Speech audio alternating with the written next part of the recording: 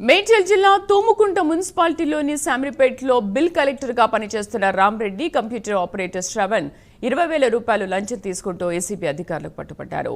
2 ఇళ్ల కొనుగోలు కోసం దరఖాస్తు చేసుకున్న వ్యక్తి వద్ద 20,000 రూపాయలు డిమాండ్ చేశారని ఏసీబీ డీఎస్పీ ఆనంద్ కుమార్ తెలిపారు. సంవత్సరన్నర కాలంగా కార్యాలయం చుట్టూ తిరగ్గా లంచం డిమాండ్ చేసినట్లు తమకు ఫిర్యాదు అందాయని డీఎస్పీ తెలిపారు. లంచం తీసుకుంటుండగా ప్లాన్ ప్రకారం పట్టుకున్నట్లు ఏసీబీ డీఎస్పీ ఆనంద్ కుమార్ తెలిపారు. కొన్న తర్వాత 2 ఇండ్లకి మ్యూటేషన్ చేసుకుందామని చెప్పేసి అప్లికేషన్ కూడా పెట్టుకున్నాడు.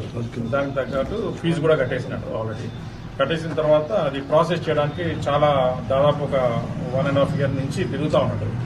ఈ మధ్యలో ఒకసారి వార్డ్ ఆఫీస్ వెళ్ళినప్పుడు అక్కడ రామరెడ్డి గారు అని చెప్పేసి బిల్ కలెక్టర్ ప్లస్ శ్రావణ్ అని చెప్పేసి కంప్యూటర్ ఆపరేటర్, ఆయన బిల్ కలెక్టర్గా కూడా అప్పుడప్పుడు విధులు నిర్వహిస్తున్నాడు.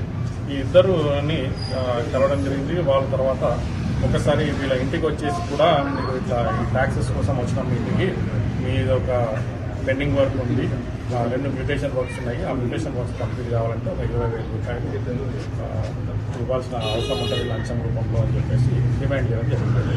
మాకు కంప్లైంట్ ఇవ్వడం జరిగింది. ఆ కంప్లైంట్ రిజిస్టర్ చేసుకుని ఈరోజు ఇక్కడ శ్రావణ్ కుమార్ అతనికి 20,000 రూపాయలు ఇస్తుండగా రెడ్ హ్యాండర్గా పట్టుకోవడం జరిగింది. ఒక 2 హౌజెస్ కొన్నారు.